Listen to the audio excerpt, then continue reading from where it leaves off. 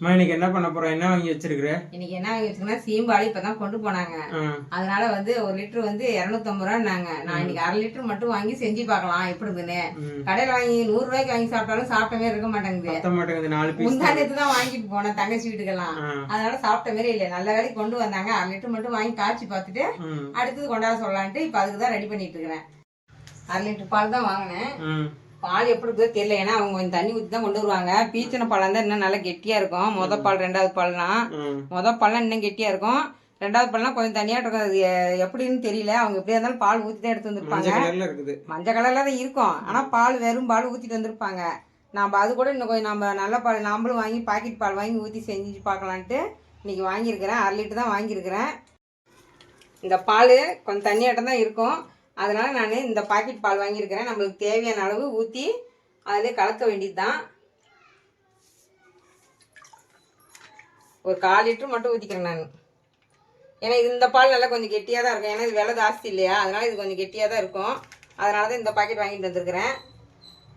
சுக்கு நுணுக்கி வச்சுருக்கிறேன். ஏலக்காய் நல்லா தட்டி வச்சுருக்கிறேன். நல்லா சுக்கு நுணுக்கி வச்சுட்டேன் நல்லா பொடியாக. ஏலக்காய் அந்த மேலே இருக்கிறத எடுத்துருவோம். இல்லைன்னா சாப்பிடும் போது அது இடிக்கும், வாய்க்கு வந்தால் கஷ்டமாக இருக்கும். அதனால பவுடராக பண்ணி வச்சுக்கோ, அது மட்டும் போட்டுக்கலாம். சுக்கு ஏலக்காயும் இதிலே போட்டுக்கலாம். சுக்கும் ஏலக்காயும் இதில் போட்டுருக்கிறேன். நல்லா போட்டு கலந்து விட்டுக்கலாம். சர்க்கரை வந்து நான் பொடி பண்ணி வச்சுருக்கிறேன். நம்மளுக்கு தேவையான அளவு சர்க்கரை நுணுக்கி வச்சுருக்கிறேன். அது நல்லா போட்டு நம்ம கரையை வச்சு கொஞ்சம் குடிச்சு பார்த்துக்கலாம். ஏன்னா சர்க்கரை ஜாஸ்தியாக இருந்தால் அது கொஞ்சமாக போட்டுக்கலாம். ஃபஸ்ட்டு போடும்போது நிறைய போட்டக்கூடாது. அப்புறம் இனிப்பு நிறையா இருந்துச்சுனாலும் சர்க்கரை இல்லாதவங்களாம் சாப்பிட முடியாது. இது ஆசைப்பட்டு சாப்பிட்ற பொருள். இதுவும் ஒரு ஆசைப்பட்டு சாப்பிட்ற பொருள் தான். அதனால் நமக்கு தேவையான அளவு சர்க்கரை போட்டு, கொஞ்சம் சர்க்கரை கம்மியாக இருந்தால் கூட பரவாயில்ல. குழந்தைங்க கொடுக்குறோம், நம்ம பெரியவங்க சாப்பிட்றோன்னா கொஞ்சம் சக்கரை கம்மியாக இருந்தால் கூட பரவாயில்ல. இதெல்லாம் ஆசைக்கு சாப்பிட்ற பொருள் தாங்க.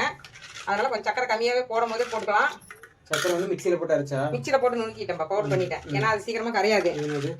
இது பாதாம் பருப்பு. நான் எக்ஸ்ட்ரா போடுறேன். நான் பாதாம் பருப்பு 2 பருப்பு வந்து பொடியாக கட் பண்ணி வச்சுருக்கிறேன். அதுவும் இதிலே நான் போட்டுக்கிறேன். கடையெல்லாம் போட்டு தர மாட்டாங்க, நான் போடுறேன். ஏதோ இருக்குது போட்டு பார்க்கலாம் எப்படி இருக்குதுன்னு சொல்லிட்டு நான் இன்னைக்கு போட்டுருக்கிறேன். நல்ல சக்கரை நுணுக்கிறதுனால சீக்கிரமாக கரைஞ்சிரும். நம்ம கொஞ்சமாக எடுத்து குடிச்சு பார்க்கலாம்.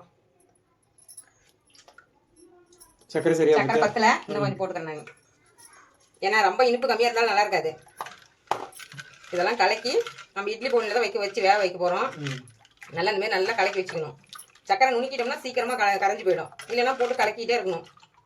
அவ்வளோதான். இதை அப்படியே கலக்கி இதில் தூக்கி எடுத்து வச்சிடலாம். இப்படியே மூடி போட்டு ஏற்கனவே இட்லி பொண்ணி அடுப்புல வச்சுட்டேன். இதுல தான் வைக்க போறோம். நம்ம ஆவியில தான் வேக வைக்க போறோம். ஏற்கனவே தண்ணி ஊத்தி ஒரு ஸ்டாண்டு மாரி போட்டு வச்சுட்டேன். நம்ம இந்த சில்வர்ல ஸ்டாண்டு விக்குது இல்லையா, அது வச்சிருக்கிறேன். நல்லா தண்ணி கொதிக்குது. இது என்ன பண்ண, இப்படியே தூக்கி எடுத்து வைக்கிறது தான். நல்ல தண்ணியில அப்படியே தூக்கி கைக்கு இது ஆவி படாம வச்சிருங்க. அப்புறம் இதுக்கு மேல நல்லா கெட்டியான தட்டு ஒன்று வச்சுட்டு நம்ம இடிக்கல் இருக்குது இல்லைங்களா, அதை தூக்கி நல்லா டைட்டா இப்படி வச்சுட்டோம்னா நல்லா அதுலயே வெந்துடும். நல்லா ஒரு வெந்ததுக்கு அப்புறம் பார்க்கலாம். நல்லா எவ்வளவு நேரம் வேகணும்? ஒரு 1/4 மணி நேரம் வந்தா போதுங்கண்ணே. 20 நிமிஷத்துல இருந்து 20 நிமிஷம் வேணுமா? ஆமா, கொஞ்சமா தான் வச்சிருக்கோம், நம்ம நிறைய இல்ல. அடுப்பு அதிகமாவா? அடுப்பு நல்லா அதிகமா தான் இருக்கும். தண்ணி தானே ஊத்திருக்கோம் அடியில. இட்லி வேக வைக்கிற மாதிரியே தான். அதனால தண்ணியிலேயே நல்லா வேகணும். அதனால இட்லி பானையில் வச்சு வைத்த நம்ம அப்பப்போ எடுத்து கூட பார்த்துக்கலாம். இட்லி பானையில் இறக்கி வச்சாச்சுங்க. நம்ம கலக்கின அந்த பால் எடுத்து வச்சாச்சு. சீம்பால் எடுத்து கலக்கி சர்க்கரை ஏலக்காய் முந்திரி இதெல்லாம் போட்டு எல்லாம் எடுத்து கலக்கி எடுத்து வச்சிருக்குது. ஒரு 20 நிமிஷம் கழிச்சு ஓப்பன் பண்ணி பார்க்கலாம் எப்படி இருக்குதுன்னு. வாங்க, சீம்பால் கலக்கி வச்சது எப்படி இருக்குதுன்னு பார்க்கலாம். 30 நிமிஷத்துக்கு மேலே ஆயிடுச்சுங்க. வாங்க ஓப்பன் பண்ணி பார்க்கலாம் எப்படி இருக்குதுன்னு. 1/2 மணி நேரம் ஆயிடுச்சு. 1/2 மணி நேரம் ஆயிடுச்சுப்பா. நல்லா வெயிட் வச்சு இப்படி வச்சு மூடணும்னா அந்த பால் மேலே வராமல் இருக்கும். நல்ல வெயிட்.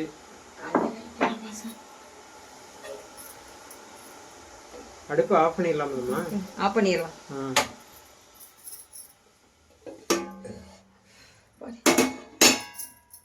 குத்தி பார்க்கலாம்.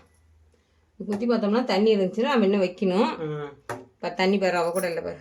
இதை நல்லா ஆற விடணும்.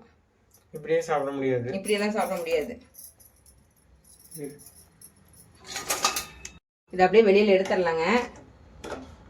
நம்ம வந்து பாதாம் பருப்பு கட் பண்ணி போட்டோம் இல்லையா, அது சுக்குத்தூள் அப்புறம் இந்த ஏலக்காய் பவுடர் நுணுக்கி போட்டோம்ல அதெல்லாம் பாரு அப்படியே மேலே நிற்கிது பாரு. அந்த பொங்கி வர வர எல்லாம் மேலே வந்துடும். ம். இது நல்லா ஆறணும். ஆறுனதுக்கப்புறம் எடுத்தால் தான் பீஸ் போட்டால் தான் சூப்பராக இருக்கும். இது நல்லா ஆற விடணும். எப்படி ஒரு 6 மணி நேரமாவது ஆற விடணும். ஃப்ரிட்ஜில் வச்சுக்கலாம். ஃப்ரிட்ஜ்லேயும் வைக்கலாம். இப்போ தான் ஃப்ரிட்ஜில் வைப்பாங்க. அப்போல்லாம் எந்த ஃப்ரிட்ஜுக்கு போய் வைப்பாங்க? ம். அப்போ வெளியிலே வச்சிட வேண்டியது. நல்லா ஆறுனதுக்கப்புறம் எடுத்து ஆள் கொஞ்சமாக சாப்பிட வேண்டியது தான்.